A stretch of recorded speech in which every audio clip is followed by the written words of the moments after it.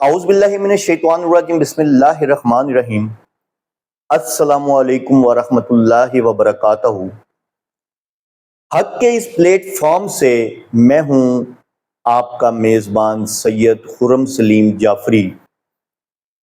ناظرین کرام، 1400 سال سے مسلم امہ کے سامنے ایک مخصوص مائنڈ سیٹ کی طرف سے یہ دعویٰ پیش کیا جاتا رہا ہے کہ قرآن مجید کی سورہ نساء کی آیت نمبر 59 جسے آیت اولی الامر کہا جاتا ہے وہ چٹان ہے جس پر امامت اور عصمت کا پورا محل کھڑا ہے۔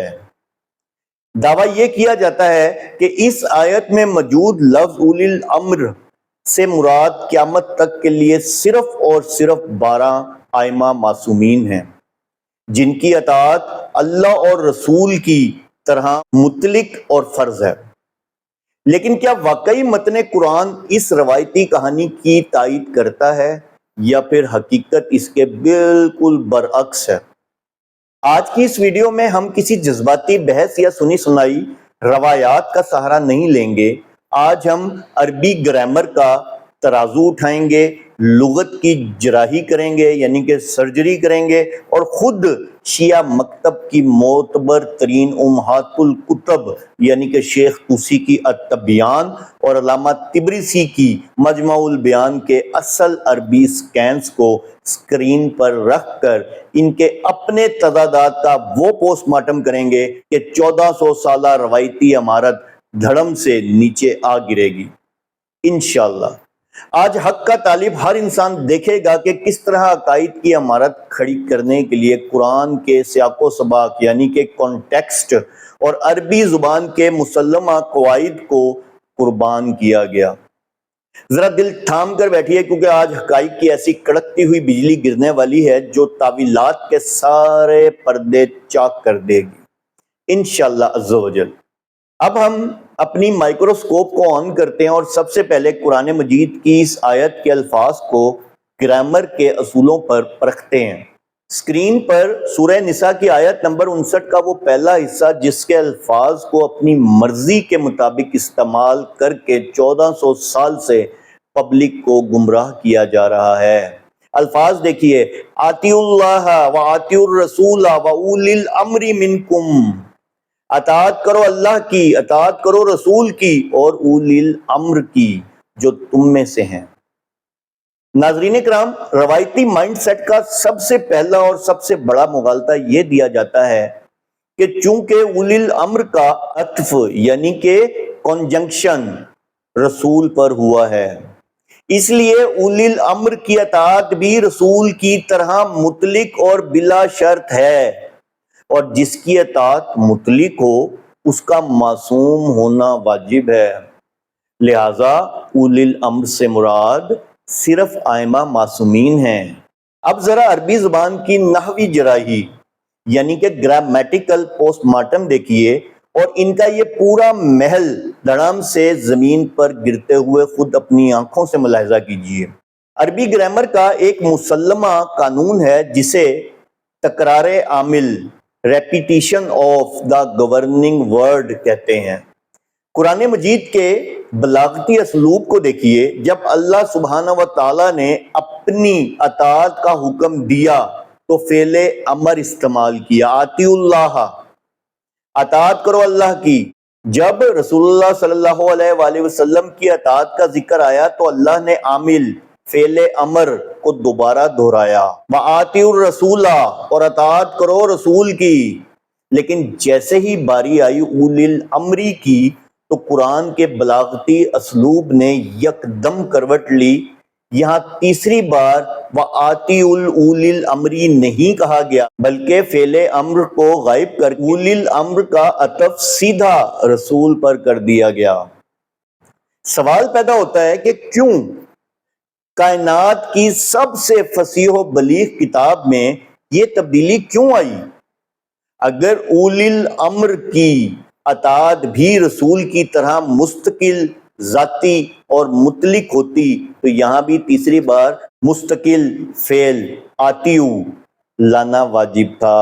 اولی الامر کے ساتھ مستقل فعل کا نہ لانا اور ان کا عطف یعنی کہ اینڈ رسول پر کرنا عربی لغت اور نحوی اصولوں کی روح سے پکار پکار کر کہہ رہا ہے کہ اولی الامر کی اپنی کوئی مستقل یا ذاتی اطاعت نہیں ہے، ان کی اطاعت رسول کی اطاعت کے تحت سب آرڈینیٹ اور اس کے ساتھ مشروط ہے۔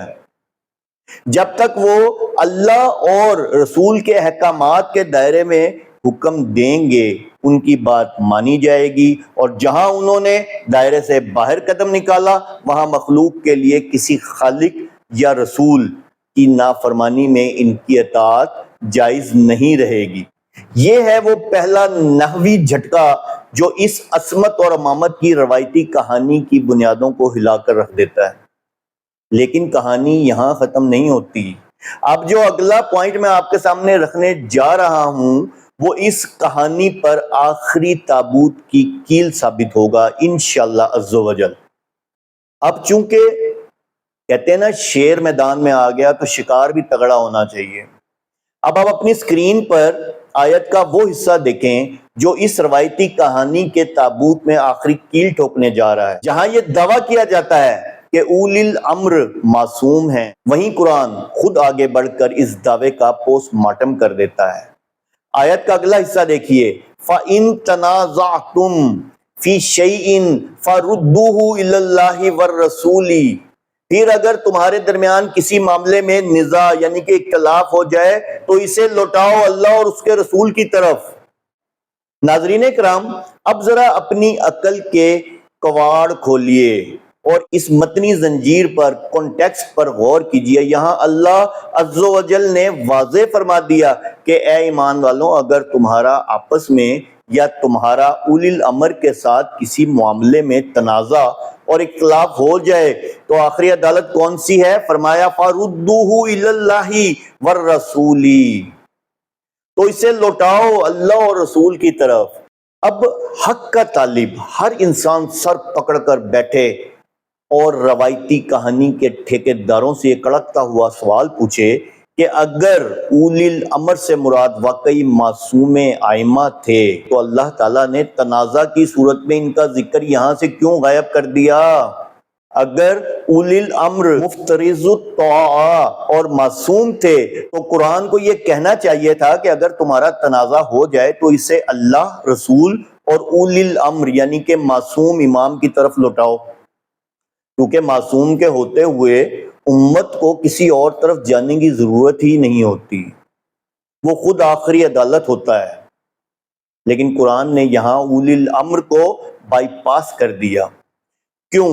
کیونکہ قرآن یہ بتانا چاہتا ہے کہ اولی الامر معصوم نہیں ہیں، وہ امرا، حکام یا علماء ہیں جن سے امت کا تنازع اور اختلاف ممکن ہے، اور جب بھی ان سے اختلاف ہوگا تو اولی الامر کی بات سپریم نہیں ہوگی، بلکہ آخری فیصلہ، آخری ترازو اور آخری عدالت صرف اور صرف اللہ اور اس کے رسول صلی اللہ علیہ وسلم یعنی قرآن و سنت ہوں گے۔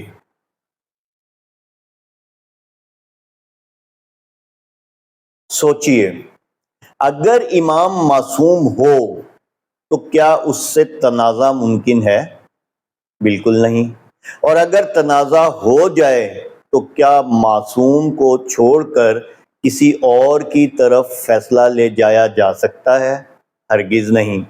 قرآن کا یہاں اولی الامر کا ذکر نہ کرنا صریح، قطعی اور ناقابل تردید دلیل ہے کہ اولی الامر کی عصمت کا قرآنی متن سے دور دور تک کوئی تعلق نہیں ہے۔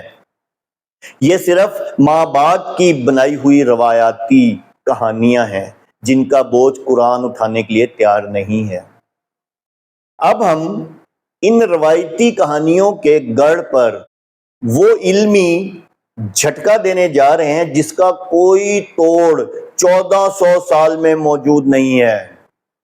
ناظرین کرام، جب ان کے سامنے گرامر کی جراحی رکھی جائے یا قرآن کا سیاق و سباق پیش کیا جائے تو یہ کہہ کر بھاگنے کی کوشش کرتے ہیں کہ صاحب آپ کو کیا معلوم، ہمارے مفسرین نے ان آیات کا کچھ اور مطلب بیان کیا ہے۔